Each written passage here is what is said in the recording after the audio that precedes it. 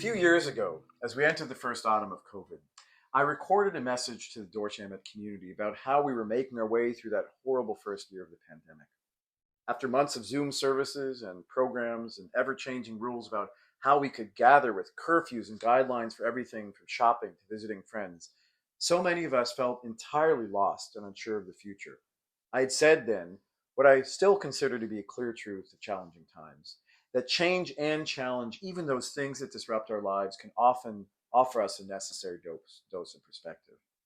And now, many years later, the worst of the pandemic is behind us. But we are left with what is possibly the greatest existential crisis to affect our Jewish community in generations. After October 7th, we've been torn apart, fearful and worried about Israel's survival.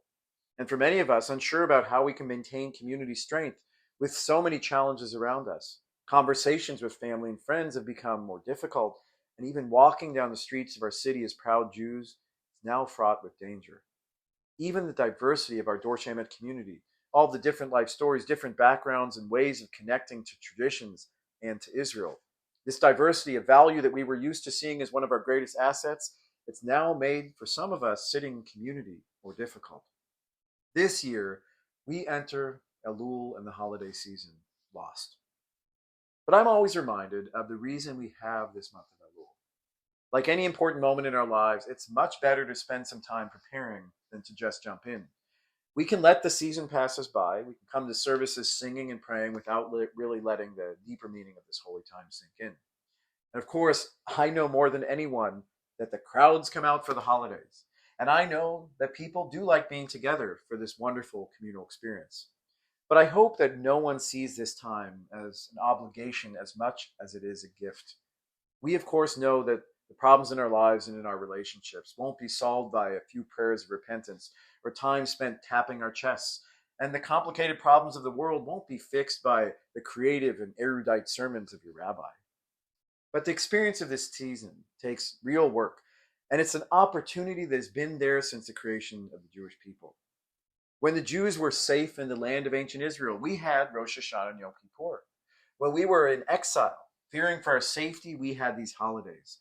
And even during the pogroms and the Holocaust and all of the other tragedies we've experienced as a people, we were always able to find a way to sit together, to look up to the heavens and look at each other and do our best to move forward with hope.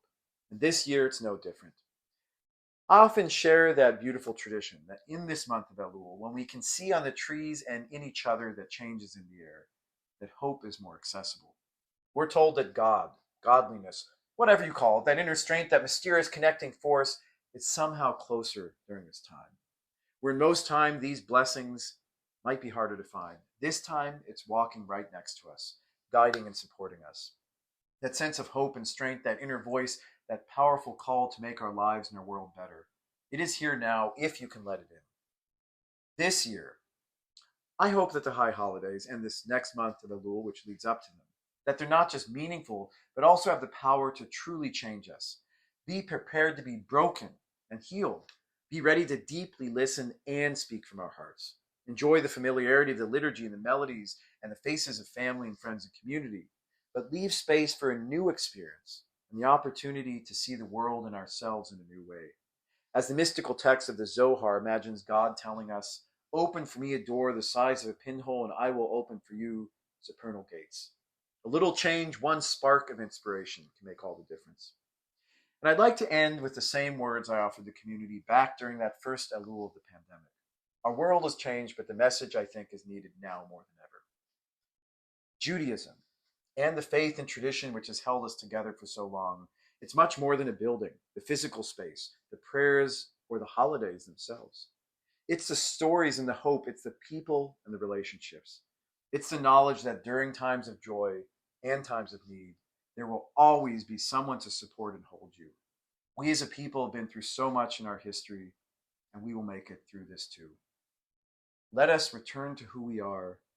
Let us return to what we are as a community and as a society. And let us never give up on the hope that a better world is possible.